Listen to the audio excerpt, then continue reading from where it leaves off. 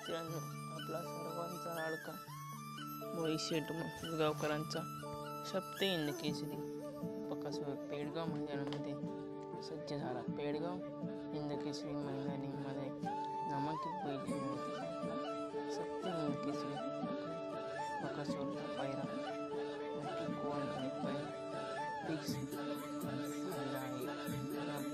Hind Kesari Sambhajinagar Bakasur